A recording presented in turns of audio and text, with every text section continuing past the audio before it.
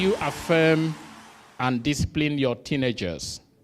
This especially relates to their handling of finances and money in their early years. I think to clarify what I meant by affirmation doesn't mean it does not need direction, instruction, or correction.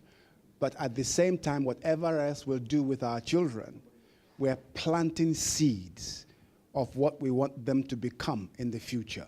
That's part of affirmation. You can be saying, you're not going to get your pocket money, or you're not buying another phone, but you're a good boy with a very good brain. Did you know that?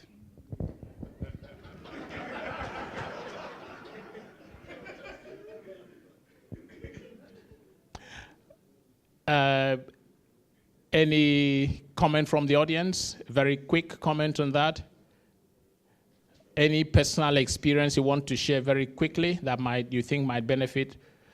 Okay, very brief, please. In terms of helping our youngsters with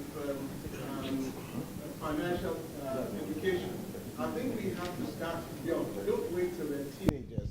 Start to sensitize them to financial responsibility from primary school, because effectively they are bombarded not just by peer pressure, but television adverts are actually directed at young people.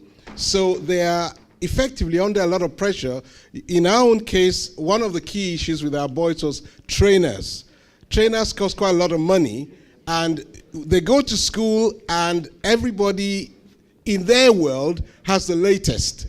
So it's trying to give them the affirmation in terms of the fact that the shoes they're wearing is good and they don't need to have the latest or best or top of the range, but it's a continuing battle. It doesn't have an easy solution. You have to keep at it. Okay, we can take one more comment from the audience, please. I'm very happy that there is audience participation. Yes, please. Thank you. You see, going to school or university does not equate to being educated, totality of it. And part of it is finances. They grow in an environment where they think everything comes at the touch of a button. It's not being stingy, but you need to let them realize the value and how they will handle money. Like Bracken said, you have to start from early years. And you have to show it by example. The way you and your wife handle money or things like that in your home will determine how these kids will handle it when they grow up. Thank you. Does anyone want to say anything about part-time work? I'll start with a really brief story. There was a child I saw in a bank last month who'd broken his dad's laptop by mistake. He had £14 in his savings account, and his dad asked him to take £10 out of his £14 in his account to help him repair his laptop, which obviously would have cost, I don't know, £200 to repair. But I was really kind of inspired by that, in that it was at that really, really tender age, sort of instilling and building the value of money, budget, and sort of how to plan. And I think that's something, as kind of recently graduating from university, you don't get taught in terms of, you know, one of my colleagues who is now a doctor asked me what PAYE is. So I think it's sort of from kind of my upbringing, I was taught kind of, you know, finance and, you know, budget planning, what a mortgage is, all of that stuff isn't there. And I think it's up for the older generations to think broader kind of stuff that's not taught in school or university as well. Okay, thank you. I just remember, since we're now getting the train of thoughts, one way I helped our grandchildren to learn about finance, financial discipline. We have two grandchildren from my first son. They both got money from one from the cathedral choir and so on, and the other only from pocket money. So the older was always complaining that she couldn't save money because her parents would make her pay for her school bus fare and all the makeup things so she's always broke. And the other one had about £2,000 in the bank. I said, well, when you get older, would you like your sister, your younger sister, to be giving you free accommodation because you'll be able to buy a house? She said, no way. I said, well, you have to start now. I can't do it. My parents forced me to always use my pocket money. I said, okay, you give me £100 in your bank, and I'll give you 50% interest per year. You're on. I said, okay, let's make it 1,000. If you can make 1,000, I'll give you 500. She made 1,000, I gave her 500. Then the 1,500 became like 400. So she spent it down, and no more money until it went back to 1,005.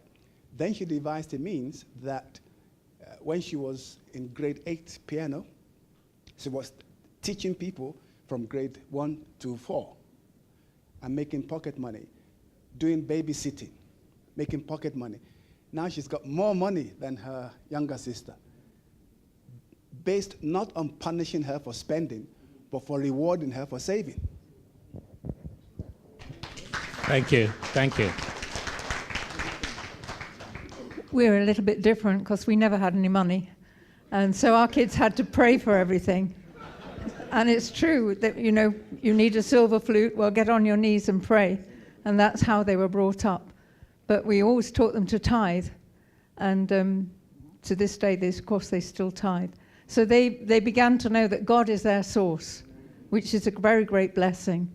They've learned to trust God for all their needs, even their trainers and their school fees and everything. Thank you. Okay. Sorry, young at heart. We'll give you another opportunity with some other question. I want to move on to this question. How does one balance transparency and confidence in the household? That's mom and child against dad.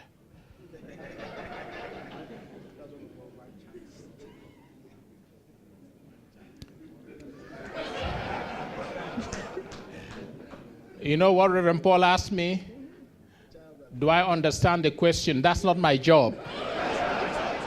That's his job.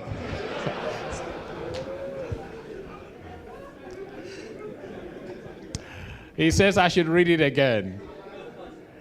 Can I get some clarification from the audience instead of reading it again? Yeah, can you clarify very briefly? Yeah, so some couple of weeks back, my little son was, a couple of months back, he was excluded from school. So it was a day off. So I got home from work and I said, well, that's fine, I'm going to take the day off as well. So I made his life a little bit harder. All his assignments, we did it together. Then we went to the library, did all that as well together. And then I went to the garden, brought some tools out, and then I did make his work really harder. So he said, how do you feel? And I said, I would have preferred going to school. He said, fantastic. So last week, he was excluded again. So I said, well, I'm not going to take the day off. So I said, I'm going to speak to the mom about it when I get home. So I rang the head teacher. So I got home, and I found that he's actually been on the school report 3 times. I wasn't told. So as far as I'm concerned, the deal was when I get home, if he's on the school report once, I will be notified. So the mom knew 3 times, but they didn't tell me. So when I got home this week, I asked the mom. She said she felt bad because they had an agreement that they won't tell me. Okay, So yeah, that that's a good enough clarification. I think kids try and play one parent off against another, don't they? So that's something that we had to learn to rectify and not allow. On the thing about transparency, this might be a bit going deviation, but I felt that one thing that we learned with our children, and my husband said that we never disciplined them in anger, but sometimes we did. You know, they do something, and then I found myself shouting, and then my husband will be upset because I'm upset, and he'll shout, and then we would have a scenario where everybody's upset. And we learnt to say, have a family meeting, and then we would stand in a circle and we'd say, well, you were naughty and you did this, say sorry. And then I would say, I shouldn't have reacted the way I did, so I'm sorry. And then we'd say, you say sorry. And then we'd say to Brother Paul, say sorry. Sorry.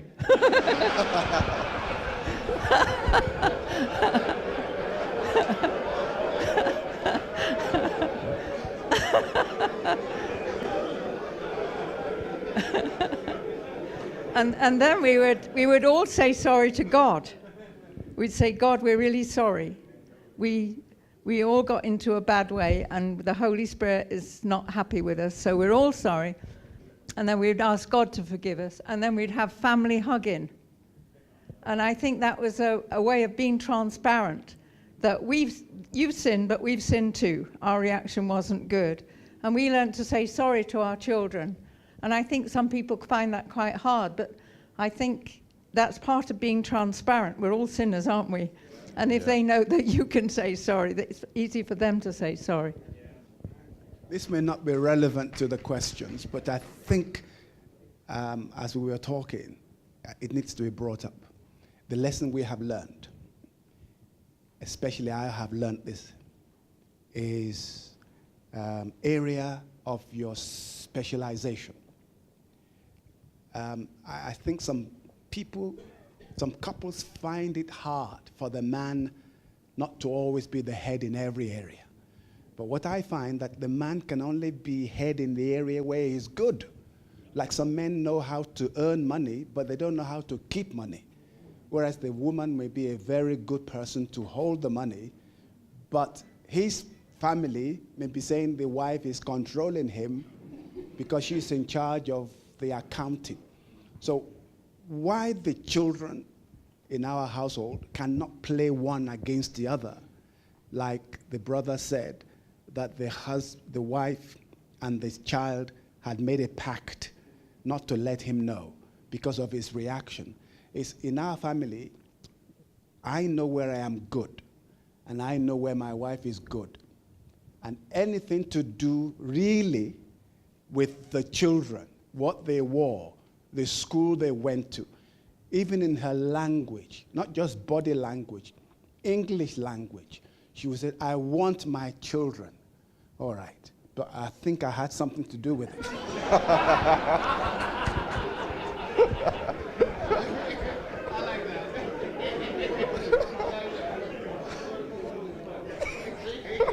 So permit me to, for example, I was going to be opposite the way I was brought up. You know, all the privileges, chauffeur-driven car, Baba Jebu as my bodyguard. I didn't want my children to be spoiled. So I didn't mind them going to, state schools or whatever. But my wife said, no, if your mother wanted the best for you, I also want the best for my children. So I want my children to go to the best school. And the best school in York is called St. Peter's, which was founded by St. Paulinus in AD 762. That's where I want my children to go. Right, and I was riding a ladder at the time. And very expensive. She said, that's where I want my, because it is her department, where the children were educated, the kind of clothes they wore, and the furnishing in the house, anything to do with the house. She's in charge. I'm just a tenant. So when the children know who is in charge, they won't come to me and ask anything that they know is their mother says yes. I will never say no, because that's not my department. But when it comes to other areas, when it comes to saving, you know, when we were 70, my wife says, why are we still saving? We were saving when we were in our 30s. We're now in our 70s. We've stopped saving for ourselves. We're now saving for the grandchildren. You know, there's areas where this is my area of strength. If you have the vision of labor, then I think it will help for the children not to go in between you because there's no gap. Thank you. Yeah. What I get from that is that it's never acceptable to allow a situation where a child can play one parent against the other. We can take, can we bring it to Pastor John here?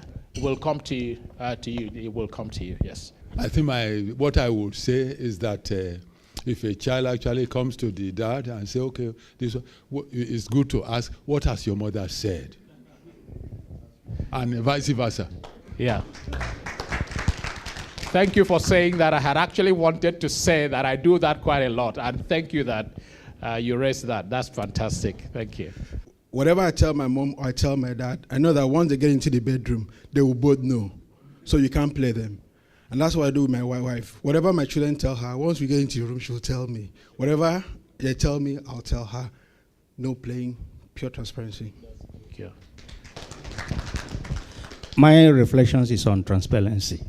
I rather took a practical step, and I felt vindicated when Paul this morning, spoke about how he lets his children sit in.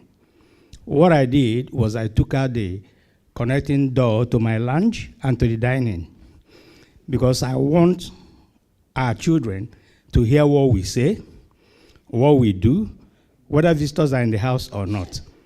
It's just last week my wife said, when are those doors coming up again? I said, when the last boy leaves for uni. That's it. Transparency, very practical things you can do. Okay, one more. Yes, please. Sorry, one more. Yeah, in white.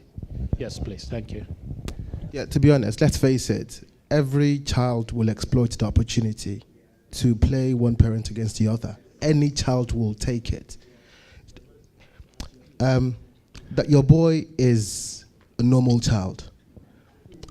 I think it's important that you play a major role, because it's different raising sons to how you raise daughters. Boys are, look, we've all gone through that phase. Every man in here has gone through the phase of growing up. What he's doing is absolutely normal. He's just a growing boy. He's learning from the world and also from you. What you need to do is, he needs to see you and your wife as a team. Not, I can, use the opportunity of one against the other. That's how I see it. Talk to your wife, work together as a team, and if he's going to get punished, punish him by all means. If it takes sitting down and talking to him, by all means, do it. Okay, thank you. Bro, Paul make mention of something very important. It talks about the knowing your role, where you're good and where you work things out. If your child comes to ask you something he wouldn't ask you normally, that he will ask the mom for, and it comes to ask you for that, you should immediately think about, it might have gotten a negative answer over there. That's why it's coming to you. So that's one way of dictating stuff when a child is trying to play you. Thank you. I'm going to combine these two questions because they relate to basically the same thing. But I'll read both of them out. Maybe let me start from one that is slightly lighter and then go to the more, but it's all both are on the same issue. If a spouse decides to ask for divorce and the court grants it, what can the other person do? And this question, which I'm combining that one with, what should my brother do?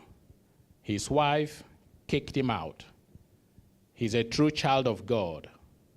The wife will not divorce him, and he will not. Many years have passed. The wife will not divorce him, and I assume that means he will not divorce her. Many years have passed. They're not living together. His wife kicked him out, literally or metaphorically. But whether literally or metaphorically, they've been living apart for many years. She won't divorce him, and he will not divorce her. And just to remind you, the other one, If a spouse decides to ask for divorce and the court grants it, what can the other person do? These are very serious questions. I know that if you've not been there, you may think, I don't want us to offer flippant comments. I'm not saying that anybody offers flippant comments, but please, these are serious, and we would benefit from very sober reflection on them. Sober and difficult situation. When we say somebody is a believer, does not mean that they've got things right, even in their behavior. There are some people who are more spiritual than sensible. So sometimes, let's say the man now is the believer and it's the wife who has kicked him out. It's possible that the wife has had enough. And that's why when she's reacting, people now think she's the devil in the house because she's had enough.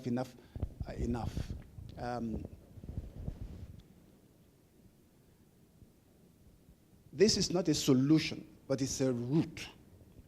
Sometimes you can't, in our work in ministry, sometimes people bring a problem that is not soluble, no solution to it, because of the foundation is wrong.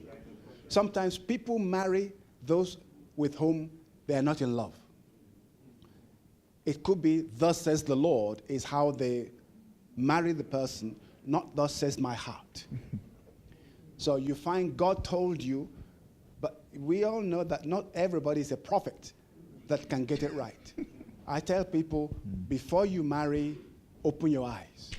It's when you marry, you go blind.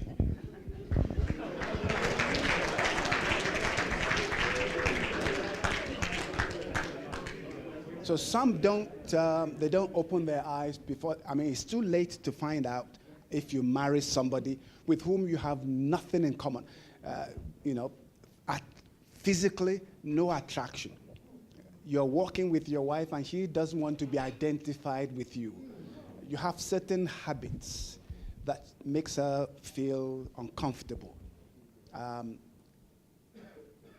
But it can be patched up, I think. It can be patched up. So before you start saying the person who did the kicking out is the one who's at fault, I try to find out from the wife, what is it your husband? And sometimes people say, oh, the husband never listens to me, he's always quoting the Bible. He's always saying, the Bible says this, or a book says that. So when we get it down, really, for example, there's a couple that are going through something similar in our church. And it's the reason is the drawer is full of unpaid bills. The man has no idea of paying bills. If he goes through the tunnel, he won't pay the toll. They bring charges, he will ignore it. So something like £50 will end up as 500. And so the wife will be bailing him out. He has no sense of timing or whatever. And so if we now try to find out where he's wrong, he's saying the wife is the one that, it's the wife who does things that is visible, or it's the man who is hurting her underneath. So that's why sometimes it's always good to listen to the one who's the most aggressive in their complaint, and then try to find it out. I mean, we could blame the devil, but like somebody says, a man stole my wife. I said, the wife wanted to be stolen.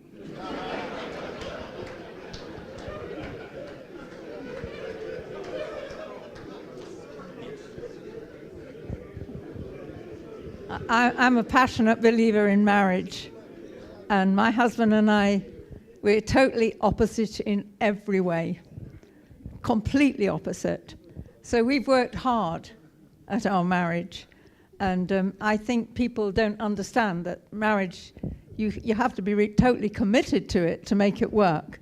And I would say to these two couples that why not go for mediation? I do a lot of marriage counselling. I've written a book on marriage. I've been there, I've done that. God's dealt with me as a wife. So I'm a passionate believer that things can be solved with mediation and with education. And I would say to both couples, seek mediation, because God is the third strand in a marriage, and God hates divorce. And God is never for, you can separate, but God will not separate from you unless you willfully go away. Right. I would say that my wife and I are common in every way.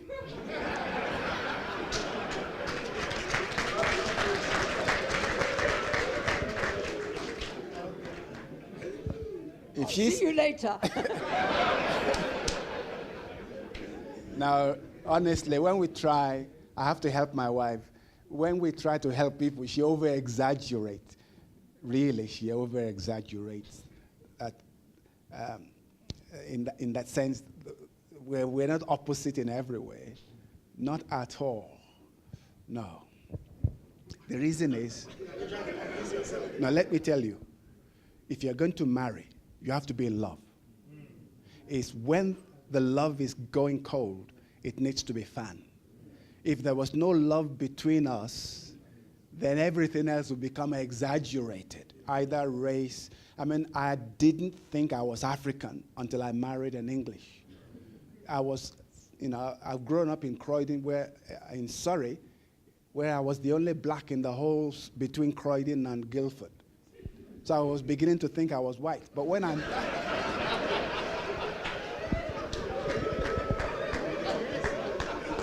But it was when I met her that my Nigerianism became more prominent.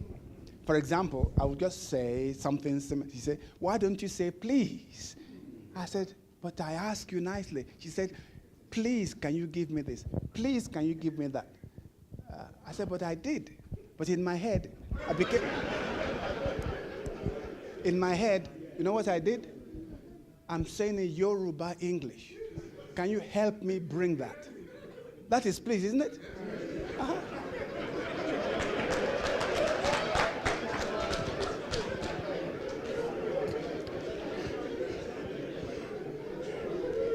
I have a book here, Foundations for Christian Marriage, written by Kate Jinadu.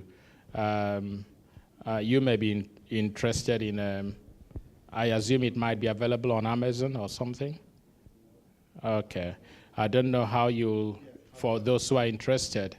I'm going to take, just one comment. Remember, we will come back if we have time left. And there was a gentleman who raised his hand previously and I didn't call, so I shall go to him. Okay. Yes. Referring to the specific questions you asked, and we know that in heaven there is neither marriage nor marrying.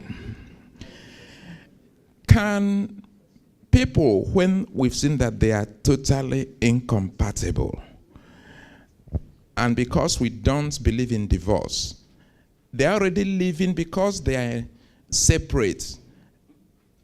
The life they are living is almost, they are useless to the mission. In stress, we've seen some of them even commit suicide because of what the other partner had caused them. Is that better they keep living like that than divorce? Or remarriage? Yeah. Because I thought that's what he wanted to ask. Oh, no, I'm not here to answer any questions. I'm here to moderate, to bring questioner and answerer together. Yeah, the taboo word, remarriage. The Bible does allow remarriage in case of adultery in one partner. The other partner, as Derek Prince famously married a divorcee and had a very, very successful second marriage after the death of his first. So the Bible does allow remarriage for the innocent person. I wouldn't like to comment on the guilty person if they don't repent. I have been involved in cases of people who you think is hopeless. And at the end of the day, I ask them, what do you want to do? The wife said, I want to divorce. I spelled out the implication of divorce for their future relationship with their children and with themselves, and they still went ahead and divorced. I think when it gets to that point, like our daddy said, there is absolutely nothing you can do. But I see in the second case, the woman refused to divorce, the man refused to divorce. I am a cup half full person. I think there's still a chance in people like them. They just need good mediation, like was said. Perhaps whoever asked that question could suggest to one of them if they could speak to our sister Kate Jinadu as a first step instead of mediation. One of them, not both, just one of them. Okay? I'm sorry we need to move on because of time. I said I was moving on to something somber. This time I'm moving on to something that I would perhaps describe as controversial or topical, if I want to give it a neutral description. How do we, as men, handle transgender and gay issues that are increasingly pervasive in society? How do we handle transgender and gay issues? That's a very open question, and I think it's better left phrased that way.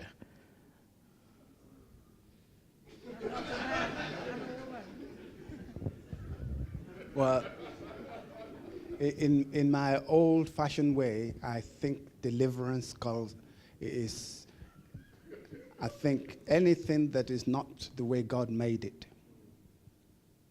needs divine intervention. We don't accommodate when the enemy attacks our cells with cancer, and we don't accommodate it when it attacks with brain tumor. But when he attacks in the sexual side, because the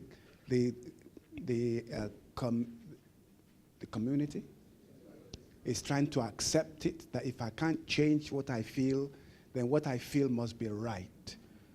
Then doesn't mean we'll go along with it, because people can be delivered.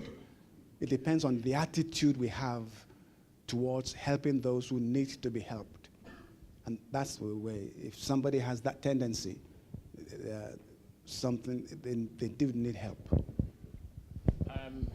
Just to tell you how serious situations can be concerning gay behavior, I do have a family we do have a close family friend, 5 children, 2 of them are gay, and 1 got married to his husband.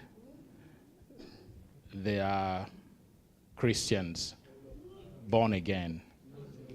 The other one is also in the process of eventually getting married. The dilemma was, I was actually hoping I wouldn't be invited to the wedding. And I must say, thankfully, I wasn't invited, because the question would have been, what would I have done if I was invited? One of them attempted suicide when they were trying to sort of talk her into being delivered. The parents took the view to rather have the child and love the child than to kill the child. So these are serious issues. How do you respond to this in the marketplace, as a lecturer, as a politician? Are you getting what I'm saying? As a preacher, it's a little easier. Because of time, I can only allow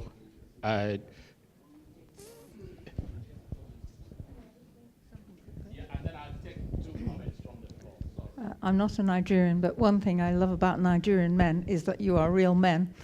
And this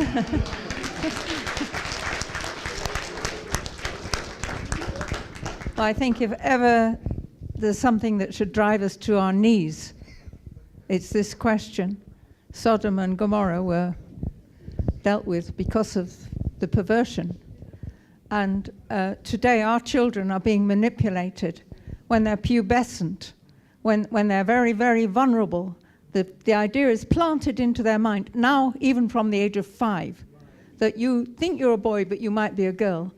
I think it's something that should drive us to nights of prayer and to really crying out to God to change this nation and to change it at the top from the very government.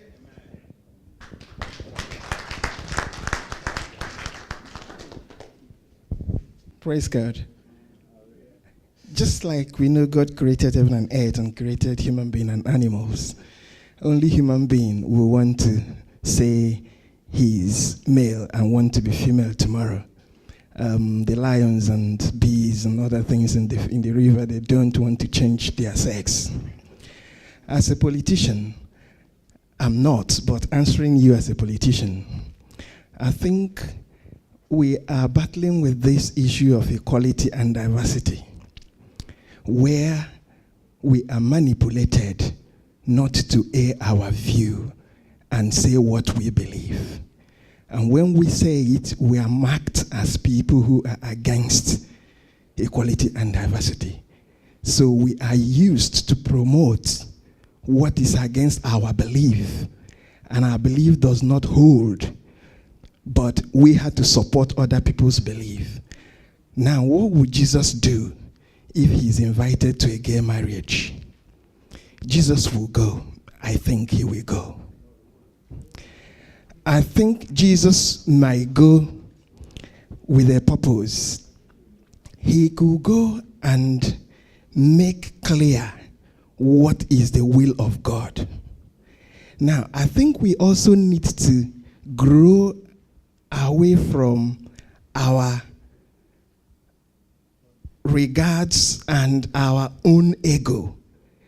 Now, I might not go for a gay marriage because I don't want people to think that I support the marriage, or because people will think I am approving it. But Jesus could go to a place where things are going wrong and air his view and say, this is what my Father wants. This is my belief. And I think also that Christians, I'm suggestively saying that we need to encourage Christians. Everybody that is projecting equality and diversity in the House of Commons in Parliament are Christians. Can Christians join politics to air our view and say, what you're talking is against our biblical belief, the foundation of our faith? It is a vote. It's my opinion.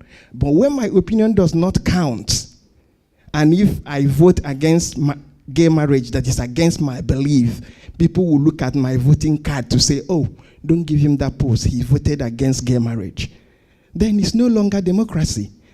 Can we push for democracy so that Christians can aid their view? Praise God. Okay, thank you. I'm sorry, this issue, I have to apologize in advance. We are not able to answer the question here, but it was good that we gave it an airing. I apologize and I have to move on. Is that okay? Yeah. It's not because I don't want us to carry on, but remember I'm under instructions regarding time. Let's move on very quickly to a medical comment. And here, our panelists here should not feel obliged to answer, but they should feel free to.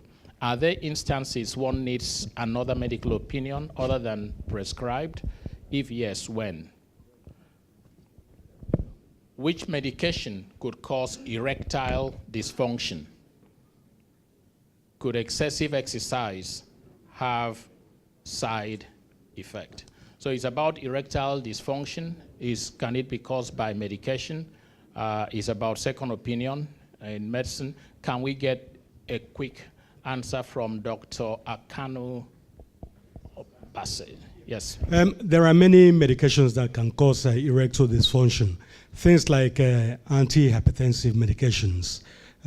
Most of them actually can cause erectile dysfunctions. And there are many other medications, it all depends, that can cause erectile dysfunction, especially the medications that affect the testosterone, which is the main hormones in the body. Things like androgens, androgenic drugs. No.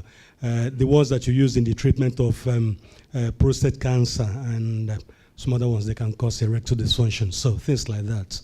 And also the medications that promote the secretions of estrogens, which are the female hormones. In other words, the short answer is yes, there are quite a few. Yes, there are quite a few of them. Okay, the second one about medical opinion, please. Second opinion? Yeah, second opinion, yes. You can look for, no, if you're not satisfied with the opinion you've been given by any doctor, you can look for a second opinion. It's allowed. Okay, so the solution to erectile dysfunction that is caused by medication is quit that medication or what? There might be some other alternatives, medications. Okay, Yeah. all right, thank you. Okay. This is a question that I just want a wave of the hand, not an answer. Is there anyone in OFNC that's involved in investment into property portfolio? A wave of the hand, any? If you're involved in in portfolio investment, can you see that people are waving their hands? So whoever asks this question, just pick one of the hands that are waved and get in touch later. Can you wave your hand again, please? You're involved in a portfolio, in investment, in property investment.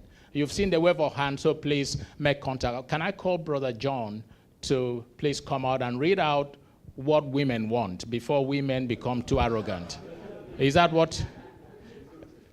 Hold on, I'll say that.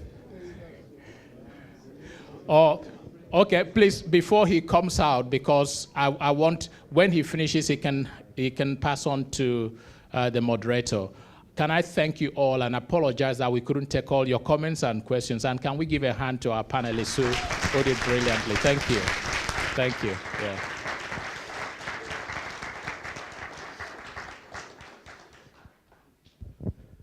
Okay, so those of us who have been coming to this conference for some time will know that this is a very important but short time of the conference.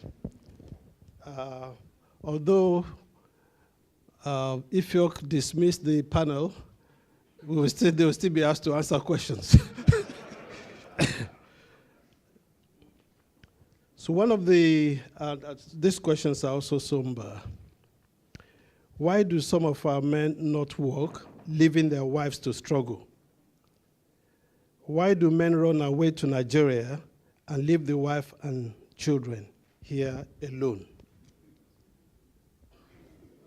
I have a view regarding men who come over here from Nigeria because they think the grass is greener here. And then later, the grass is greener in Nigeria. What I think from my observation and the people I've interacted with is that some men are not cut out for business. They should be in employment. It's usually people who are in employment and they want extras and they go into business and all the money they have and all the money their wives have saved, they go from one disaster enterprise to another.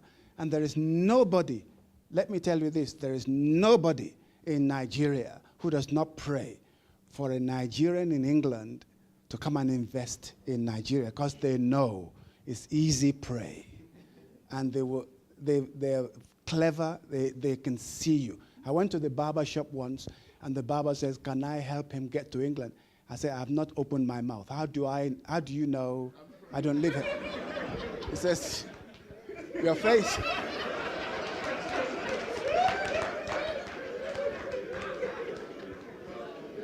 So even your relatives will know that you are easy picking. So when I see people say, "Oh, Nigeria is the place to now invest," I know they're going to lose money. So it's probably better for a person to look for work and employment, not forever saying, putting good money after bad, because people don't think. They don't try. People think the more money you put into something, the more you are making money without trying little by little. One of the things I do as a matter of interest is kingdom wealth seminars. And I tell people that if you're going to make money, never invest money you cannot afford to lose. Then when you have made money, take your money out and then risk your profits. But people don't want to do that. They have their money, they borrow more from the money, they will cajole the wife to bring her savings, and then they're going to put it on something, maybe buy cars or buy land, especially in the Ibadan area that doesn't belongs to about 10 families. And they don't want to do it gradually. And people know whatever happens, you're going back to England, so they will not pay you on time. So it's a question of inability to be patient, to make, say, 10, 15% a year. People want to make 10, 15% a month, and they lose. So that's the bottom line. It's not the devil, it's just lack of entrepreneurship. Thank you very much. So, thank you. My own is not going to Nigeria. I remember when I finished my doctorate. A sister actually came to me and said, "John, why is your wife working and you are not working? You are meant to be working while you're..." I said, "Thank you." I thank her. Okay? What I'm saying, who do I leave 6 children with and go to look for a job? As far as I'm concerned, if my wife is working and I'm looking after the children, we are all doing the same thing together. Okay? And at a particular point in time, the role actually changed.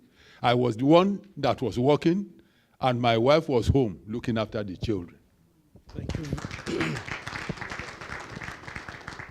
So those 2 questions have been answered. What I'll read to us now are comments which they want us to listen to. Men should continue to be the spiritual head of the family. Men should continue. So if you think that you don't need to be, they say they want you to be. So the other comments relate to communication. They say that communication should be sincere and it should be about everything. Finance, welfare, job, get involved in home, domestic things that need to be done in the house. And they said you should also show affection by touching, by caressing, but it should not necessarily lead to the other thing. So, because our time is gone, please let's stop here.